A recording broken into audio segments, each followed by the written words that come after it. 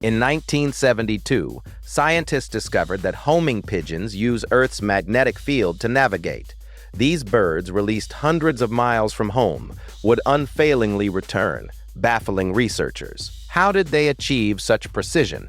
It was a mystery until a peculiar experiment in the 1980s. Researchers attached tiny magnets to the pigeons' heads, disrupting their internal compass.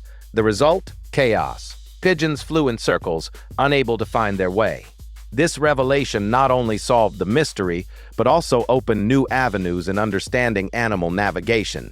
Today, this knowledge aids in conservation efforts, ensuring migratory paths remain undisturbed.